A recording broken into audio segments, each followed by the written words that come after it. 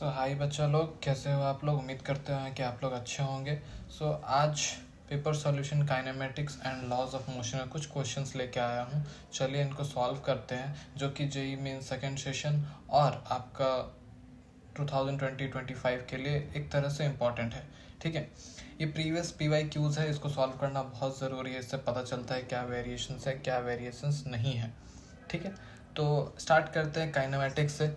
ठीक है, तो इसमें पहला क्वेश्चन है, stone is dropped from the top of the building when it crosses a 0.5 metre below the top. Another stone starts to fall from a 0.25 metre below the top. ठीक है, सबसे पहले तो ये बिल्डिंग बना लेते हैं। सपोज ये अपना बिल्डिंग है and this is the ground level. ठीक है, ये अपना ग्राउंड लेवल है। एक पार्टिकल था जिसको हमने ड्रॉप किया बिल्डिंग के टॉप से। ठीक है, यहाँ से हमने पार्टिकल को ड्रॉप किया। जब पार्टिकल 5 मीटर ट्रैवल कर चुका है, लेट अस से कि यहाँ पर 5 मीटर वो ट्रैवल कर लिया इस जगह पे। This is the situation. ठीक है, this distance covered is 5 metre. This is 5 metre. ठीक है, इस मोमेंट पे जब ये 5 मीटर ट्रैवल किया, उस मोमेंट पे एक और स्टोन गिरना शुरू करता है from a 0.25 metre below the top. Below the top. ठीक है, ध्यान से देखिएगा कि टॉप से 25 मीटर नीचे कहीं जाके let this be the 25 metres, यहाँ से एक और पार्टिकल ड्रॉप किया गया है। ड्रॉप का मतलब इनिशियल स्पीड इसका 0 रहा होगा। ठीक है, okay. Both the stones reach the bottom of the building simultaneously. The height of the building is how much? हमसे बिल्डिंग का हाइट पूछा जा रहा है और सवाल में कहता है कि दोनों स्टोन एक साथ ग्राउंड को टच करता है, एक साथ नीचे पहुंचता है। ठीक है, अब आप बात को समझिए। इसका मतलब ये है कि ये वाला स्टोन यहाँ से लेके नीचे तक जितना देर में गिरता है, उतना ही देर में ये वाला स्टोन यहाँ से गिर जाता है, यहाँ से यहाँ नीचे पूरा गिर जाता है। And this fellow from here to here, दोनों को सेम टाइम लगता है फॉल करने के लिए। ठीक है, let that time be T. Let that time be T, दोनों को सेम टाइम लग रहा है। हमको पहले यहाँ का वेलोसिटी निकालना होगा। ये जो स्टोन ए है, let us call it as stone A and this is stone B. So stone A जब 5 मीटर गिर चुका है, तब उसका ये वेलोसिटी कितना है वो हमको पता करना पड़ेगा। Let it be V. तो हम ये वी निकाल सकते हैं ना, u plus rather sorry V square is equals to U square plus 2gh से निकाल सकते हैं। So this v is equals to, initial speed यहाँ 0 है, so this is 0 under root 2gh। ये वाला टर्म 0 हो जाएगा। Under root 2 into 10 into height fall is 5, तो ये आपको आ रहा है 10 मीटर्स पर सेकेंड। ठीक, लेकिन यहाँ पर जो इसका स्पीड है वो इस वक्त में 10 है। अब यहाँ से लेके यहाँ तक सेम टाइम लगता है जितना इस बी पार्टिकल को यहाँ से यहाँ तक के लिए लगता है। ठीक है, अच्छा अब ध्यान से देखिए। लेट दिस डिस्टेंस भी, यहाँ से लेके यहाँ तक का जो डिस्टेंस है इसको हम s बोल देते हैं। So for B I am writing the equation for B. s क्या हो जाएगा, U T plus half A T square. U तो 0 है तो simply half A T square. ठीक है, और अगर हम इस ए पार्टिकल का बात करें, फॉर पार्टिकल ए, उसको इस पॉइंट से इस सी से लेके डी तक आने में कितना डिस्टेंस ट्रैवल करना पड़ा है, कितना डिस्टेंस ट्रैवल करना पड़ा। Isn't it S plus 25 minus 5। ध्यान से देखिए, यहाँ से लेके यहाँ तक कितना हो जाएगा, 25 minus 5, this is going to be 20 plus S. ठीक है, आई होप आपको समझ में आया होगा। This is equal to U T plus half A T square. तो इसका तो स्पीड हमको 10 पता है, 10t plus half A T square, right.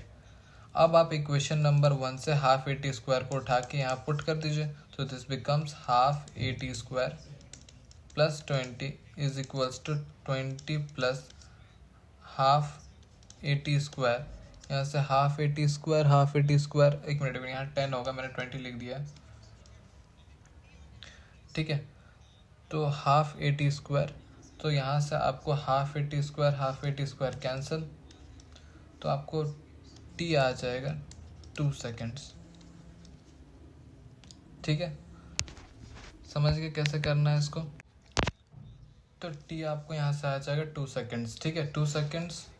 अब एक बार टी आ गया इक्वेशन नंबर 1 में पुट करके एस निकाल लीजिए।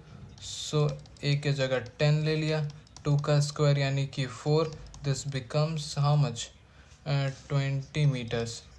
आपको एस पता चल गया और उसके ऊपर 25 है, यानी कि जो एच होगा that is going to be 25 plus S, that means 25 plus 20 that means 45 metres. And option number 2 is the correct answer. ये सेम सवाल को रिलेटिव से भी किया जा सकता था, बात को समझिए।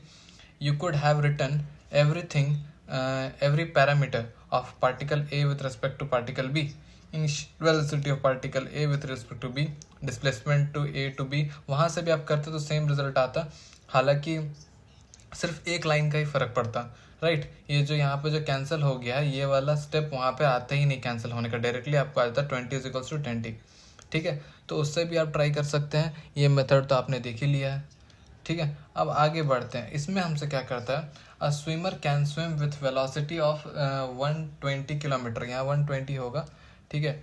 वाटर फ्लोइंग, एक मिनट कुछ गड़बड़ है क्या, एक बार क्वेश्चन चेक कर लेता हूँ। A swimmer can swim velocity of 120 kilometre per hour, यहाँ 0 मिसिंग है। Water flowing in a river has a velocity this much, ठीक है। तो ये आपका रिवर है, मान लेते हैं कि रिवर का वेलोसिटी इस डायरेक्शन में, so VR is equals to 6 kilometer per hour, और हमको दिया है velocity of swimmer with respect to swimmer, this is 12 kilometer per hour. The direction, हाँ this is your 12 kilometer per hour, हाँ।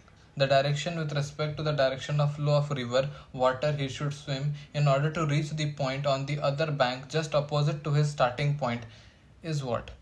तो अगर वो स्विमर A पॉइंट से चालू किया है तो हम चाहते हैं एग्जैक्टली अपने B पॉइंट पे जाके पहुंचे, एग्जैक्टली B पॉइंट पे जाके पहुंचे। सो सपोज वो इस डायरेक्शन में स्विम करना स्टार्ट करता है, दिस इज द VS/R, ठीक है। तो हमसे सवाल में ये वाला एंगल पूछ रहा है। So what I am saying, what I am trying to say, let us draw this line over here. Suppose ये एंगल थीटा है, हम चाहते हैं कि स्विमर डायरेक्टली इस डायरेक्शन में जाए, ये आपका x एक्सिस है, ये आपका y एक्सिस है।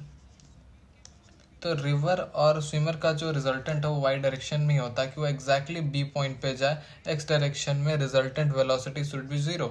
सो आई कैन से दैट ये जो VS/R का x डायरेक्शन में जो कंपोनेंट होगा that is VS/R sine theta, this should be equal to VR, ये दोनों आपस में कैंसिल आउट कर देते हैं। So I can say that VS/R sine theta is equals to VR and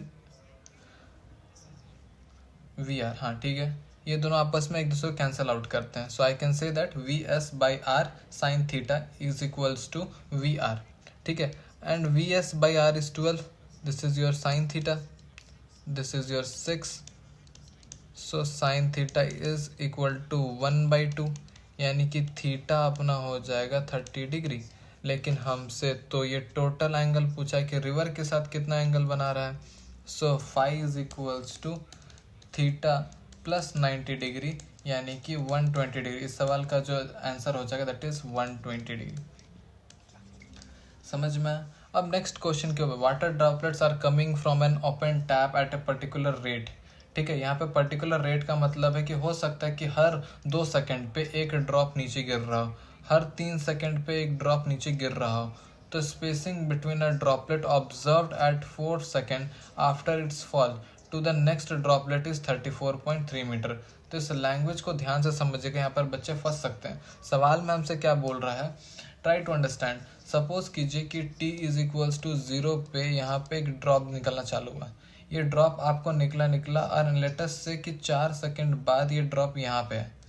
try to understand this, 4 second बाद drop आपका यहाँ पर है, this is how much, this is your 4 second, और ये डिस्प्लेसमेंट हमने मान लिया S1 है। अच्छा, समय 4 पे एक ड्रॉप निकला, the rate at what rate the droplets are coming out, हमको वही निकालना है। तो मान लेते हैं हर t सेकेंड पे एक ड्रॉप नीचे निकलता है, हर t सेकेंड पे एक ड्रॉप नीचे निकलता है। तो इस ड्रॉप को 4 सेकेंड मिल रहा है ट्रैवल करने के लिए, तो इसका नेक्स्ट ड्रॉप जो रहा होगा उसको कितना टाइम मिलेगा ट्रैवल करने के लिए? उसको मिलेगा 4 माइनस टी, 4 माइनस टी। हर टी सेकेंड पे तो एक ड्रॉप निकल रहा है, तो टी सेकेंड बाद तो ये निकला है। तो एक्चुअली में जो इसको टाइम मिलेगा ट्रैवल करने के लिए जब तक ये 4 सेकेंड में यहाँ तक पहुँचा है, that is going to be 4 minus T.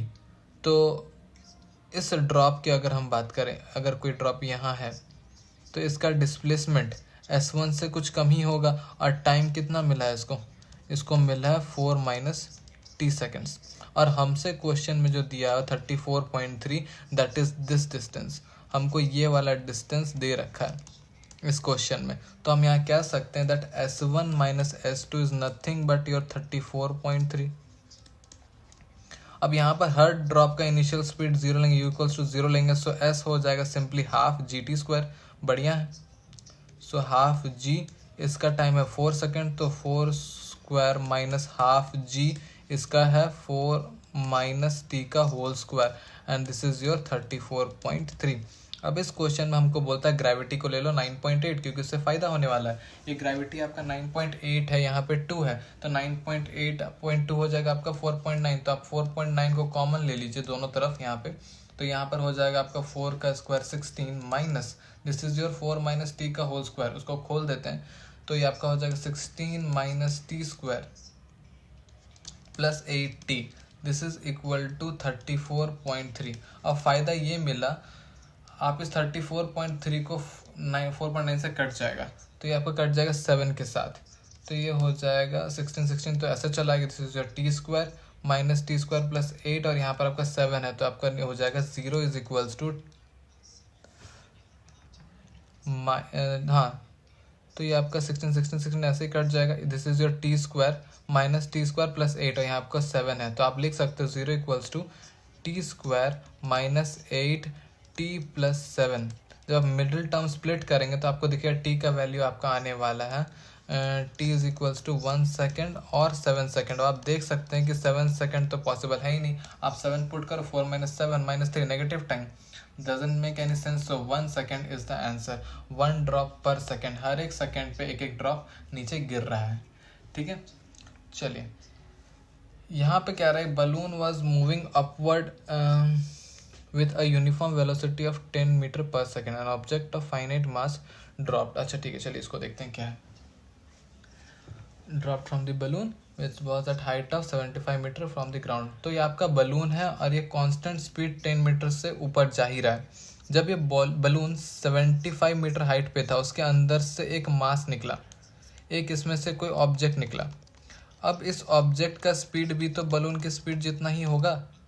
अच्छा, यानी कि इस मोमेंट में इस पार्टिकल का अपवर्ड डायरेक्शन में ही होगा और वो 10 मीटर पर सेकेंड ही होगा। तो height of the balloon from the ground when the object strikes the ground.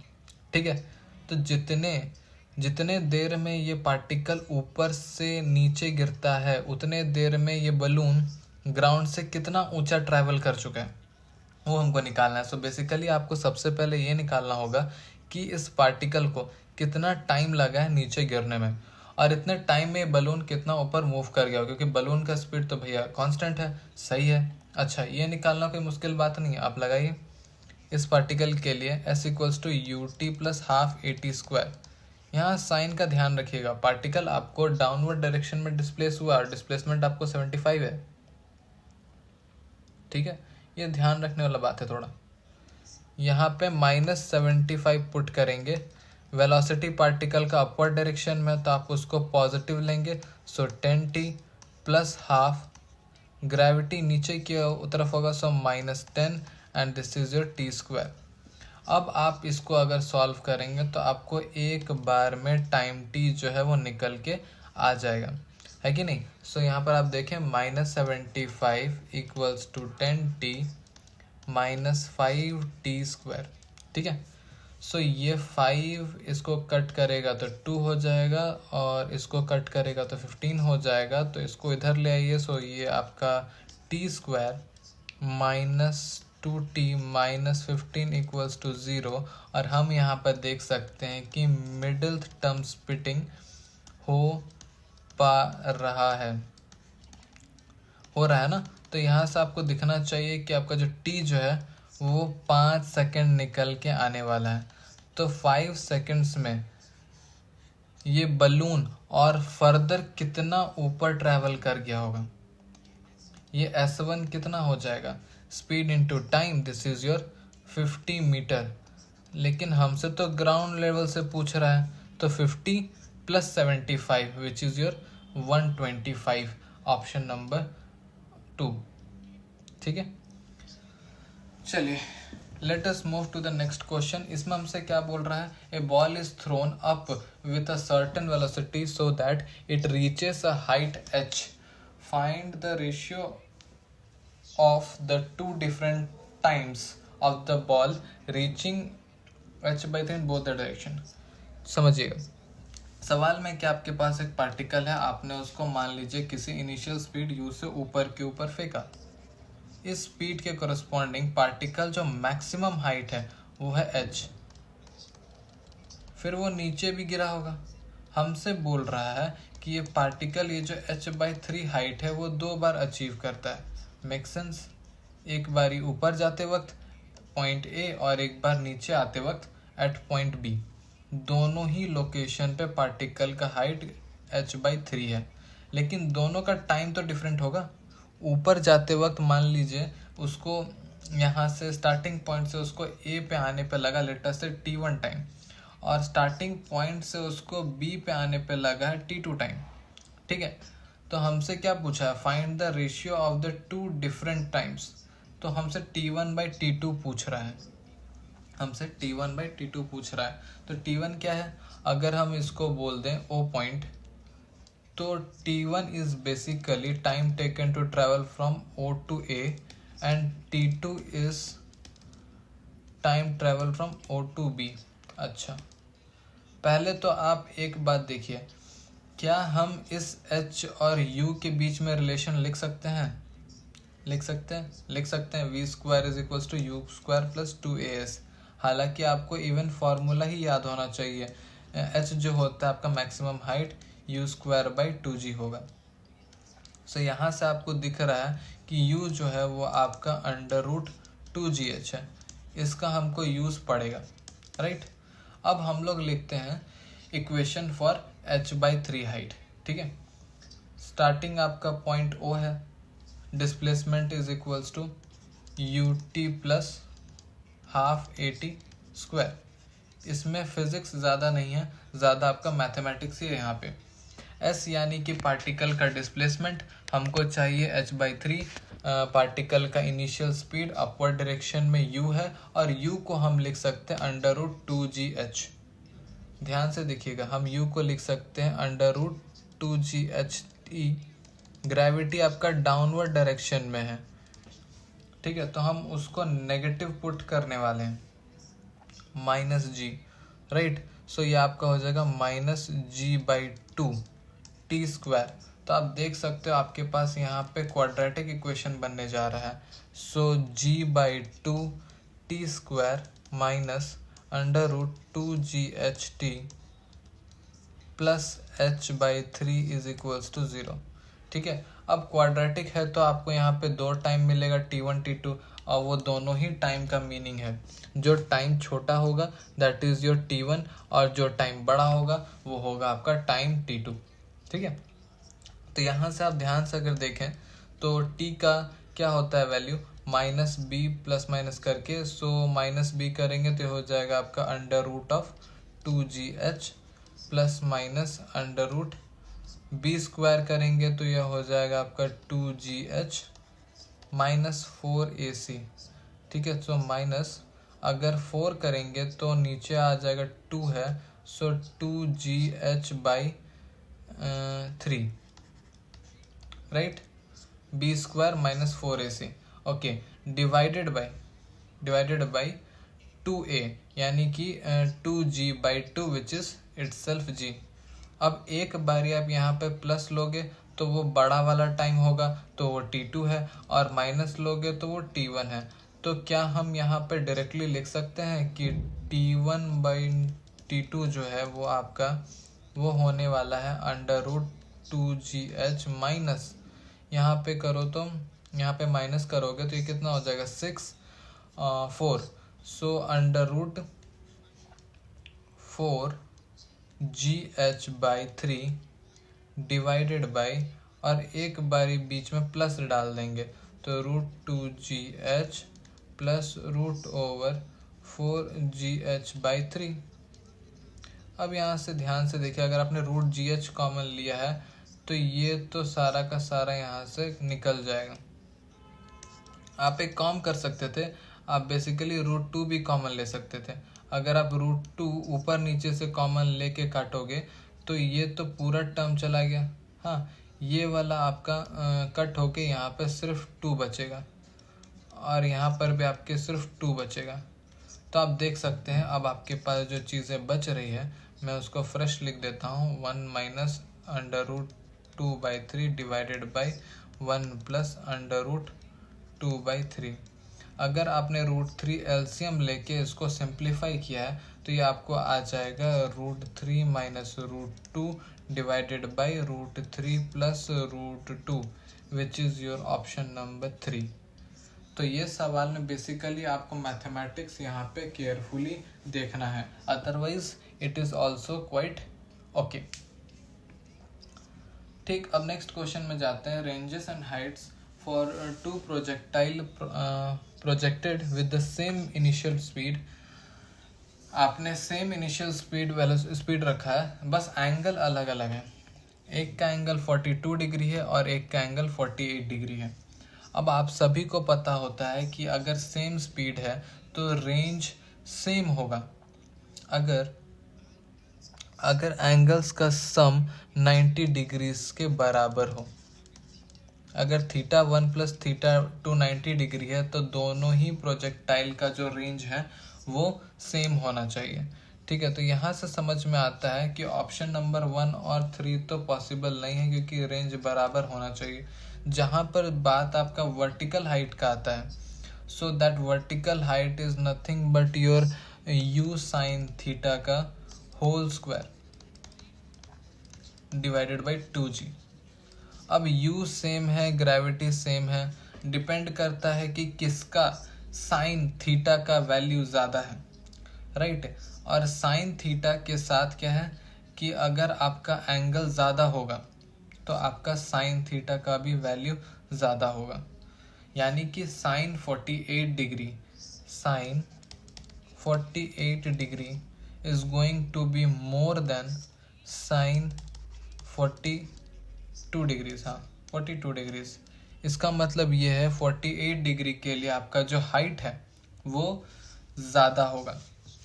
So H2 should be more than H1 and this makes your option number 2 as correct option. ठीक है, तो यहीं पर हम लोगों का काइनेमेटिक्स का सवाल खत्म होता है। अब लॉज ऑफ मोशन का सवाल यहाँ से स्टार्ट होता है। An inclined plane is bent such a way that vertical cross section is given by y is equals to x square by 4। ठीक है, तो ये आपका xy कोऑर्डिनेट सिस्टम है, तो ये आपका वो वर्टिकल सेक्शन है। मैं यहाँ बना देता हूँ ग्राफ में तो आपको इजीली समझ में। इसका इक्वेशन दिया है y equals to x square by 4। ठीक है, if the upper surface of the curved plane is rough. ठीक है, यानी कि ये वाला जो सरफेस है जहाँ पर suppose this block is sliding on the surface, तो इसको कहा गया है अपर सरफेस। तो कहता है कि अपर सरफेस जो है वो रफ है and coefficient of friction is 0.5। ठीक है, the maximum height in centimetre at which a stationary block will not slip downward is how much. बात को समझिए, होगा क्या है, जैसे जैसे आप ऊपर जा रहे हो आपको दिख रहा है कि स्लोप इंक्रीज कर रहा है। यहाँ पे ध्यान से देखिए, स्लोप कम है, यहाँ पे स्लोप ज़्यादा है। जैसे आप कर्व के ऊपर जा रहे हैं स्लोप जो है वो बढ़ता जा रहा है, यानी कि पार्टिकल के स्लिप होने का टेंडेंसी भी इंक्रीज होते जा रहा है। तो एक मैक्सिमम हाइट जाने के बाद पार्टिकल और ऊपर नहीं जा पाएगा, अदरवाइज वो स्लिप कर जाएगा, राइट। अब आपको ये बात पता होना चाहिए कि एंगल ऑफ रिपोज के कॉन्सेप्ट के हिसाब से लिमिटिंग केस के लिए, for that what is the angle theta जिसके लिए पार्टिकल जस्ट स्लिप करता है, so that tan theta is given by mu is equals to mu. Simple सा कॉन्सेप्ट है, अगर नहीं भी पता है, ये आपके पास एक स्लोप है, लेटस से एंगल थीटा है, ये आपके पास एक पार्टिकल है, राइट। हमें वो लिमिटिंग केस निकालना है कि पार्टिकल जस्ट स्लाइड करने वाला है, यानी कि डाउनवर्ड डायरेक्शन में आपके पास mg साइन थीटा है और अपवर्ड डायरेक्शन में limiting value of friction mu mg cos theta है। दोनों को बराबर कर दीजिए, आपको tan theta is equals to mu यहाँ से निकल के आ जाएगा, राइट। ओके, चलिए इसको हटा देते हैं एक बार के लिए, राइट। तो एक काम करते हैं, लेटस से ये वो पॉइंट है कि इसके ऊपर अगर हम पार्टिकल को लेके जाएंगे तो वो डेफिनेटली स्लिप करेगा। तो ये वो पॉइंट है जहाँ पे चीज़ें जस्ट बैलेंस्ड है, राइट। सो यहाँ पर हमने एक टेंजेंट ड्रॉ किया है, this is the tangent drawn at this point, ठीक है। थोड़ा सा अच्छे से बना देते हैं, this is the tangent drawn at this point, ठीक है। ये टेंजेंट है, let this angle be theta. तो हमको पता है कि इस tan theta is equals to mu, और tan थीटा क्या होता है, dy बाई डी एक्स होता है, dy by d x, right. इस फंक्शन को डिफ्रेंशिएट कीजिए, ये आपको हो जाएगा 2x by 4, this is 2x by 4 equals to mu, and mu is nothing but 1 by 2, so 0.5 है ना, तो 1 बाई 2 लिख दिया। तो ये आपको दिख रहा है कि x यहाँ से आपको आ रहा है 1, दिख रहा है ना, x आपको यहाँ से आ जाएगा 1, ओके। अब x कोऑर्डिनेट 1 है, अगर आपका x कोऑर्डिनेट 1 है तो y कोऑर्डिनेट कितना होगा, इस फंक्शन में x का वैल्यू को पुट कीजिए, सो y इज इक्वल्स टू 1/4, सो हमको पता चल गया है कि हाइट कितना है, यही आपका y कोऑर्डिनेट है ना, so this is 1/4 metres, right. इससे 100 से मल्टीप्लाई कीजिए, ये आपका हो जाएगा 25 सेंटीमीटर, और यही अपना इस सवाल का आंसर है, ओके। तो हमने यहाँ पे आंसर तो ले आया है, बट अगेन इस सवाल के स्टेटमेंट में प्रॉब्लम है। हमें यहाँ पे कहता है कि find the answer in centimetre, लेकिन ऊपर कहीं भी ये मेंशन नहीं किया गया है कि that things are in metres. हमको कहीं नहीं बोला गया है कि y and x are measured in metres.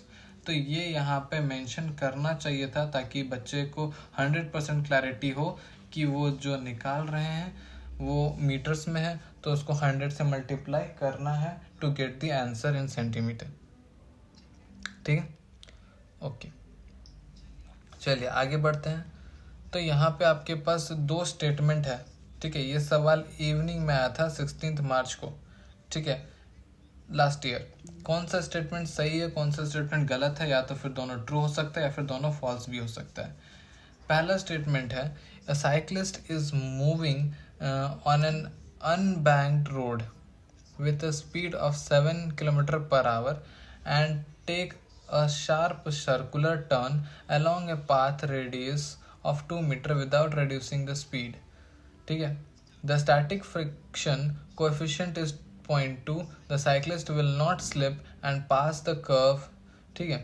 तो साइक्लिस्ट स्लिप करेगा कि नहीं करेगा, उसके लिए हमको कंपेयर करना पड़ेगा कि उस सर्कुलर ट्रैक पे मैक्सिमम अलाउएबल स्पीड कितना है, राइट। सो पहले स्टेटमेंट के लिए, और क्योंकि वो एक अनबैंक्ड रोड है, तो हमको पता है कि मैक्सिमम स्पीड जो अलाइबल होता है that is under root mu r g. तो under root mu r g को कैलकुलेट कर लो, right. So mu is given as 0.2, radius is 2 and g is suppose to be taken as 9.8। ठीक है, अब देखिए यहाँ पे, अब आपको थोड़ा सा यहाँ पे स्मार्टली कैलकुलेट करना होगा। 0.2 मल्टीप्लाई बाई 2 है, तो हम इसको लिख रहे हैं 4 इंटू 0.98। इस फॉर्म में लिख दिया मैंने, ठीक। क्यों लिखा इसको, जानबूझ के लिखा है, क्यों? क्योंकि 4 को बाहर निकालोगे तो 2 बन जाएगा, और 0.98 को निकालना कोई मुश्किल बात नहीं है। 99 का स्क्वायर होता है आपको 9801, यानी कि 0.99 का स्क्वायर हो जाएगा 0.9801। So I can fairly say that कि 98 अंडर रूट इज 0.99। ठीक है, अब 0.99 है और मल्टीप्लाइड बाई 2 है, तो ये आपको कितना हो जाएगा? This is going to be approximately 1.98 meters per second। ठीक है, तो ये आ गया आपका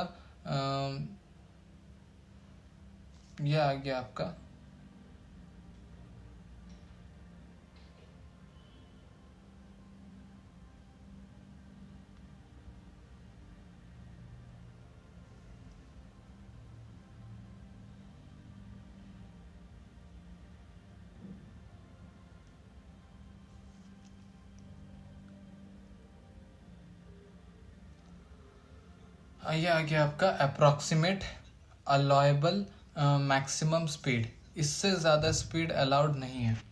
ठीक है, अब हम देखते हैं कि एक्चुअली में साइकिलिस्ट कितना स्पीड से टर्न कर रहा था। तो साइकिलिस्ट का जो स्पीड है that is 7 kilometre per our, जिसे हम कहते हैं 5/18। This is what 35/18, right. अब आप ध्यान से देखिए, इस वैल्यू को भी 2 से थोड़ा सा ही छोटा है, यानी कि बहुत आसपास का मामला है, तो इसको भी प्रिसाइजली कैलकुलेट करने का ज़रूरत है। सो 35/18 को हम लिख सकते हैं 2 minus 1/18। I am just showing you the way to calculate in the exam, right. अब 1/18 को डिवाइड करना कोई मुश्किल बात नहीं है, ये आपको हो जाएगा 0.055 आपका चलता ही जाएगा। सो दिस बिकम्स 1.944 मीटर्स पर सेकेंड।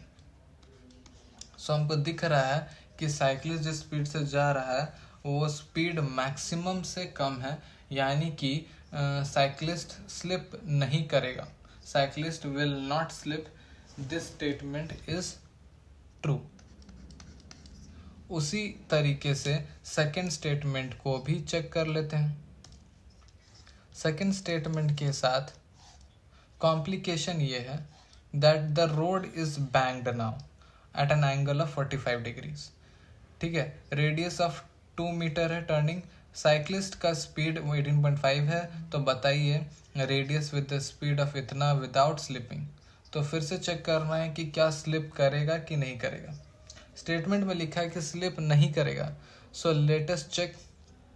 जो मैक्सिमम स्पीड होता है वो ऐसा होता है, ऐसे रोड पे वो क्या होता है RG, right, mu plus tan theta divided by 1 minus mu tan theta. Formula याद रहना चाहिए, याद रहेगा तो आप फिर से सॉल्व कर पाएंगे।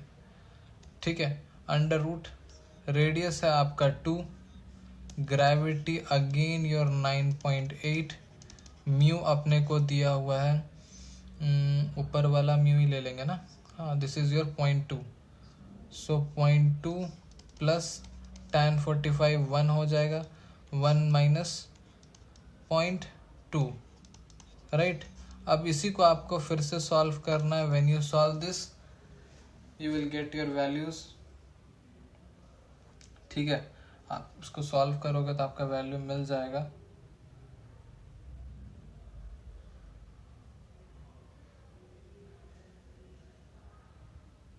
ठीक है, आप इसको करोगे तो आप इसका वैल्यू आपको मिल जाएगा, जो वैल्यू आपका होगा will approximately 5.42 metre per second. और साइकिलिस्ट का जो एक्चुअल स्पीड है, जिस स्पीड से वो ट्रैवल कर रहा है, that is 18.5 by 18, 5 by 18, and this value is approximately 5.14 meter per second, and again the speed is lesser than the maximum speed, यानी कि वो स्लिप नहीं करेगा। This statement is also true, and which means option number 4, both statement 1 and 2 are true. This is the correct answer. ठीक है, चलिए आगे बढ़ते हैं। तो ये एक बड़ा ही स्टैंडर्ड सा फॉर्मेट है, 2 ब्लॉक सिस्टम है। सवाल में हमसे कहता है कि आपके पास एक कैपिटल एम है और एक स्मॉल एम है, हमको दोनों का मास भी दे रखा है। ठीक है, this fellow is your 4.5 kg और ये है अपना 0.5 kg। ठीक है, हमको फ्रिक्शन दिया हुआ है इन दोनों के बीच में, that is mu is equals to 3/7। यहाँ पे कोई फ्रिक्शन नहीं है, दिस इज 0। हमसे सवाल ने पूछा है कि एफ का मैक्सिमम वैल्यू क्या हो सकता है ताकि दोनों ब्लॉक साथ साथ मूव करें, यानी कि दोनों के बीच में कोई स्लिपिंग नहीं होनी चाहिए। ठीक है, अब बात को समझिए, थोड़ा सा एक बारी मैकेनिज्म डिस्कस कर लेते हैं, जिनको इसमें थोड़ा सा कन्फ्यूजन रहता है उनके लिए। मान लीजिए इस तरह का दोनों ब्लॉक्स को मैंने अलग अलग बना लिया है। ठीक है, डाउनवर्ड वाले पे कोई फोर्स एफ लग रहा है। अब बात को समझिए, दोनों ब्लॉक हम चाहते हैं कि साथ साथ मूव करें, यानी कि सेम एक्सेलरेशन से ही मूव करें। ठीक है, नीचे वाले पे तो हमने फोर्स लगाया, ऊपर वाला भी आगे मूव किया है, यानी कि ऊपर वाले पे फ्रिक्शन फोर्स आगे लगा होगा। ये वाइट नीचे वाला ब्लॉक पे फ्रिक्शन आगे वाला लगाएगा और ऊपर वाला इस वाले पे फ्रिक्शन पीछे के डायरेक्शन में लगाएगा। अब जैसे जैसे आप इस कैपिटल एफ को इंक्रीज करते जाओगे एक्सेलरेशन बढ़ता जाएगा। ठीक है, एक्सेलरेशन बढ़ता जाएगा, दोनों ब्लॉक का एक्सेलरेशन तो सेम ही है, दोनों ब्लॉक का एक्सेलरेशन सेम है, तभी तो दोनों के बीच में स्लिपिंग नहीं है शुरुआत में। तो जैसे जैसे आप कैपिटल एफ को बढ़ा रहे होगे एक्सेलरेशन बढ़ेगा, और इस एक्सेलरेशन को इंक्रीज कराते रहने के लिए फ्रिक्शन को भी बढ़ना पड़ेगा, लेकिन फ्रिक्शन एक लिमिट तक ही बढ़ सकता है, which is the limiting value. उसके बियॉन्ड फ्रिक्शन बढ़ नहीं सकता, अगर उसके बियॉन्ड और एक्सेलरेशन चाहिए तो वो पॉसिबल नहीं है और दोनों के बीच में स्लिपिंग चालू हो जाएगा। ठीक है, तो अगर हमें मैक्सिमम फोर्स लगाना है so that both the blocks still move together, तो उस सिचुएशन में फ्रिक्शन भी यहाँ पे लिमिटिंग लग रहा होगा, अपना मैक्सिमम लग रहा होगा, उसके कॉरस्पॉन्डिंग आपका एक्सेलरेशन भी मैक्सिमम आएगा। ठीक है, बस यही बात हमें यहाँ पे एनालाइज करना था, विच मीन्स यहाँ पे आपका लिमिटिंग फ्रिक्शन लग रहा होगा when maximum force has been applied. ठीक है, अच्छा एक इक्वेशन हम लिखेंगे F net is equals to m a. ठीक है, तो दोनों ब्लॉक को फिलहाल सिस्टम मानते हुए सिर्फ एक ही फोर्स होगा। अगर हमने पूरे ब्लॉक को सिस्टम मान लिया तो capital F max is the only force acting in the forward direction. So हम लिख सकते हैं that F max is equals to total mass that is 4.5 plus 0.5 multiplied by acceleration. तो यहाँ से एक्सेलरेशन हम लिख सकते हैं एफ मैक्स डिवाइडेड बाई 5। अब आ जाइए ऊपर वाले के फ्री बॉडी डायग्राम पे, तो यहाँ पे हम लिख सकते हैं दैट दिस लिमिटिंग फ्रिक्शन, इसको L से डिनोट कर देता हूँ, limiting that is mass of the block times acceleration. ये फ्रिक्शन क्या होगा, लिमिटिंग फ्रिक्शन क्या होता है, म्यू इंटू नॉर्मल होता है, then mu into m g is equal to mass into acceleration, और एक्सेलरेशन कितना है, एफ मैक्स डिवाइडेड बाई 5 है। बढ़िया एकदम, ध्यान से देखिए, मास से मास आपका ख़त्म हो गया, तो यहाँ से हमें हमारा एफ मैक्स मिल गया। This is your 5 into mu g. So 5 into mu का वैल्यू कितना है, 3/7। This is 3/7 and this is your 10। समझ में आ रहा है। अच्छा, हम यहाँ पे 9.8 लेने बोला गया ना, हाँ, सो लेट अस टेक 9.8। ठीक है, अब आप देखिए, इससे आप कट भी कर पाएंगे। दिस इज 1.4 है ना, so 5 into 1.4 is 7 and 7 into 3 is 21। So 21 newton is the required answer. So यहाँ पे 21 लिख देंगे यहाँ पे। आई होप क्रिस्टल क्लियर है ये सवाल। आगे बढ़ते हैं। चलिए, सवाल में कहता है कि body of mass 1 kg rest on A horizontal floor. तो ये आपका 1 की जगह का ब्लॉक हो गया जो कि हॉरिजॉन्टल फ्लोर पे रेस्ट कर रहा है, चुपचाप से बैठा हुआ है। कोएफिशिएंट भी हमको दे रखा है, कोएफिशिएंट ऑफ स्टैटिक फ्रिक्शन हमको दे रखा है, दैट इज 1/√3। सो यहाँ पे म्यू का वैल्यू है 1/√3। It is desired to make the body move by applying the minimum possible value of force N। हाँ, कम से कम F लगाना है हम लोगों को, ठीक है, ताकि ये बॉडी मूव कर जाए। N गलती से यहाँ लिखा गया, इसको हटा देता हूँ। ठीक है, तो कई बच्चों को तो इसका फॉर्मूला ही याद रहता है, नहीं भी याद है तो भी हम इसको यहाँ पे डिराइव कर लेंगे। कोई ज़रूरी नहीं है आपको कि फोर्स हॉरिजॉन्टल डायरेक्शन में ही लगाना है, ठीक है, कम से कम फोर्स पता करना है, राइट। सो मान लीजिए कि किसी एंगल थीटा पे हमने एक फोर्स लगाया। सो इस एंगल थीटा के लिए एक पर्टिकुलर एक ऐसा एंगल होगा जिसके लिए फोर्स मिनिमम होगा। बात को समझिएगा, आप जैसे जैसे इस एंगल थीटा को चेंज करेंगे, फोर्स का वैल्यू भी बदलता जाएगा ताकि ये ब्लॉक स्लिप कर जाए। ठीक है, एक ऐसा एंगल थीटा होगा जिसके लिए कम से कम फोर्स हमको लगाना पड़ेगा, हमें वही फोर्स पता करना है। ठीक है, अच्छा, तो इसका एफबीडी बनाते हैं। एक हॉरिजॉन्टल कंपोनेंट होगा फोर्स का, एक वर्टिकल कंपोनेंट होगा। ब्लॉक पे नॉर्मल लग रहा होगा, ग्राउंड ब्लॉक पे नॉर्मल लगाएगा, डाउनवर्ड डायरेक्शन में mg and friction acting in the backward direction. ठीक है, so this is your f cos theta, this is your f sin theta, this is mg, this is your normal and this is the limiting friction. हमको body को just move कराना है तो limiting friction यहाँ पे लग गया होगा। ठीक है, अच्छा, अगर जस्ट मूव किया है तो f cos theta is equal to FL and FL is basically mu into normal. अब आप ध्यान से देखिए, जो नॉर्मल है that is what, normal is going to be mg minus f sin theta. This is mg minus f sin theta.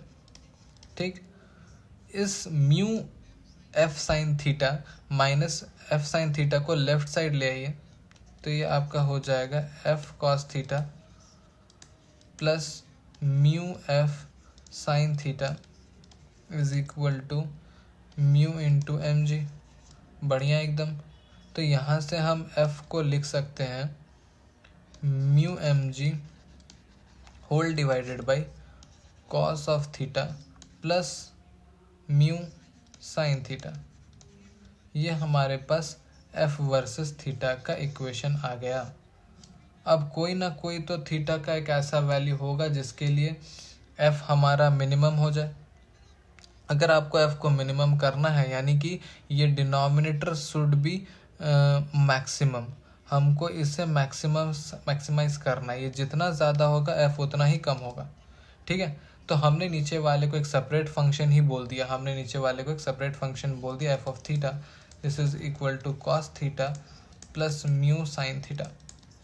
इसको maximise करना है तो डिफ्रेंशिएट करके 0 के बराबर कर देंगे, राइट। तो ये हो जाएगा आपको माइनस साइन थीटा